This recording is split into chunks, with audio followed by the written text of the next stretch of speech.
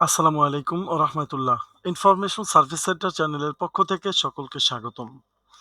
আজকের ভিডিওতে আমরা আলোচনা করব দক্ষিণ কোরিয়ার লটারি 2023-এর ফলাফলটা কিভাবে অনলাইনের মাধ্যমে চেক করা যায়।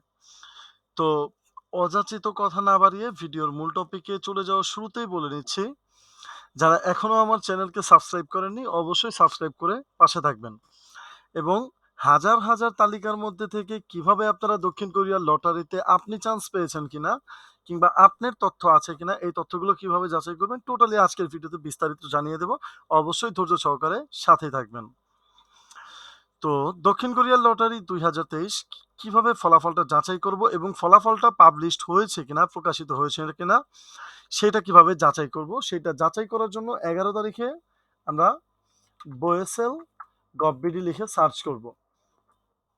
ওয়েসেল গভবিডি লিখে সার্চ করার পরে আমাদের সামনে এইরকম একটা ড্যাশবোর্ড ওপেন হবে এবং এইখানে আমরা উপরেই দেখতে পাবো নোটিশ বোর্ড নামের একটা বোর্ড রয়েছে। আমি মোবাইলের মাধ্যমে এবং কম্পিউটার উভয় মাধ্যমে আপনাদেরকে দেখিয়ে দেব। তো এখান থেকে নোটিশ বোর্ডে আমরা ক্লিক করব। তো এইখানে নোটিশ বোর্ডে ক্লিক করার বাটনটা আমরা এই যে সকল নামের যে বাটন আছে এখানে ক্লিক করব। এখানে ক্লিক করার পর আমরা দেখব 11 তারিখে পাবলিশকৃত নোটিশ লেখা আছে দক্ষিণ কোরিয়ায় লটারির নিবন্ধনের ফলাফল প্রকাশ বা যারা অংশগ্রহণ করেছে তাদের ফলাফল প্রকাশ এখানে দেওয়া হবে এবং এক্সেল শিট প্রকাশ করা হবে। তো আমরা সেই শিটটা ডাউনলোড করার মাধ্যমে কিন্তু দেখতে পাবো। যেমন এই যে আমি একটা শিট ওপেন করেছি, এটা গত বছরের শিট। তো এই অনুসারে কিন্তু আপনাদের সামনে লটারিতে উত্তীর্ণ প্রার্থীদের তালিকা বা শিট প্রকাশ করা হবে।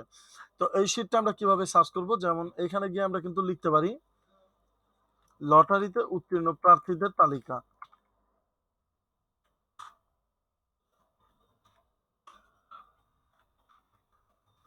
আমরা এটা লিখবো এখানে।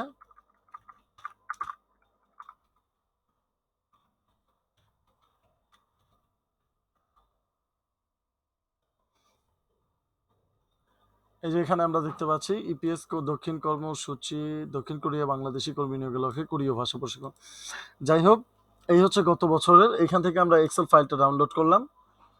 সেম একইভাবে নোটিশ বোর্ডের উপরে আপনাদের এটা দেওয়া থাকবে, সেখান থেকে আপনাদেরকে ডাউনলোড করে নিতে হবে। তো ডাউনলোড করার পর যখন আপনারা ওপেন করবেন, এইখান থেকে যদি এক্সেল আপনারা কম্পিউটারের মাধ্যমে ওপেন করেন তো সেক্ষেত্রে আপনারা কন্ট্রোল এফ লিখে সার্চ করবেন A0।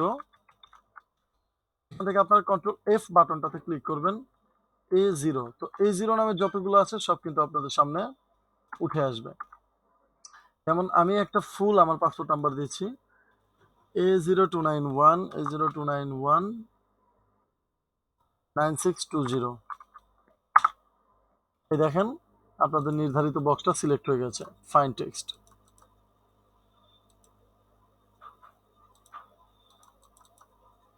সো এখান থেকে কিন্তু আমরা বুঝতে পারলাম এক্সেল ফাইল কিভাবে আমরা চেক করব।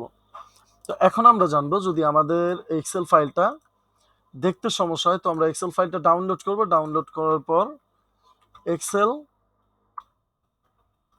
টু পিডিএফ লিখে অনলাইনে সার্চ করব এবং এই যে সফটওয়্যারগুলো এখান থেকে আমরা আই লাভ পিডিএফ, আমি ডেসক্রিপশন বক্সে এই এক্সেলকে কনভার্ট করার সফটওয়্যার লিঙ্কটা দিয়ে দেব। এখান থেকে সিলেক্ট এক্সেল ফাইলে ক্লিক করে আমরা যে ডাউনলোড করলাম এক্সেল ফাইলটা এটা সিলেক্ট করব। এটা অটোমেটিক পিডিএফে কনভার্ট হয়ে যাবে। দেন পিডিএফে কনভার্ট হওয়ার পর আমরা কিন্তু এইভাবে ওপেন করতে পারবো এবং ওপেন করার পরে এখান থেকে ধরেন আমরা হাজার হাজার লিস্টের মধ্যে থেকে যে কোনো একজনের একটা পাসপোর্ট নাম্বার সার্চ করব। কন্ট্রোল এফ বাটনটাতে ক্লিক করব। এখান থেকে সরাসরি কন্ট্রোল এফ বাটনে ক্লিক করার মাধ্যমে আমরা হাজার হাজার ফাইল থেকে নির্ধারিত ফাইলে পৌঁছে যাব এবং পাসপোর্ট নাম্বারটি বসিয়ে দিলাম। দেখুন এখানে একটা আছে, সুতরাং আমরা সার্চ করার সাথে সাথে ওই বক্সটা কিন্তু আমাদের সিলেক্ট হয়ে যাবে এবং আমরা যদি নাম দিয়ে সার্চ করি রফিকুল লিখে আমরা সার্চ করলাম। রফিকুল ইসলাম নামে যে কজন আছে আমরা টোটালি তাদের কাছে একে একে যাব এবং পাসপোর্ট নাম্বার মিলিয়ে দেখব সেই সঠিক ব্যক্তি কিনা। এইভাবে কিন্তু আমরা লিস্টটা চেক করতে পারি। সুতরাং আজকের ভিডিও থেকে আমরা জানলাম 2023 লটারির ফলাফলে কিভাবে আমরা আমাদের তথ্যটা যাচাই করতে পারবো এবং আমরা চান্স প্রাপ্ত হয়েছে কিনা সেটা চেক করতে পারবো এবং ফলাফল প্রকাশিত ওয়েবসাইটে ওপেন করে কিভাবে আমরা নোটিশ বোর্ডের মাধ্যমে আমাদের কাঙ্ক্ষিত ফলাফলটি চেক করতে পারবো। আশা করি বিষয়টা সম্পূর্ণ ক্লিয়ার। আপনাদের বোঝার সুবিধার্থে প্রত্যেকটা টপিক এবং প্রত্যেকটা লিঙ্কস আমি ডেসক্রিপশন বক্সে দিয়ে দেব। আজকের ভিডিও টোটালি এই পর্যন্তই। ভালো থাকবেন সবাই। আসসালামু আলাইকুম।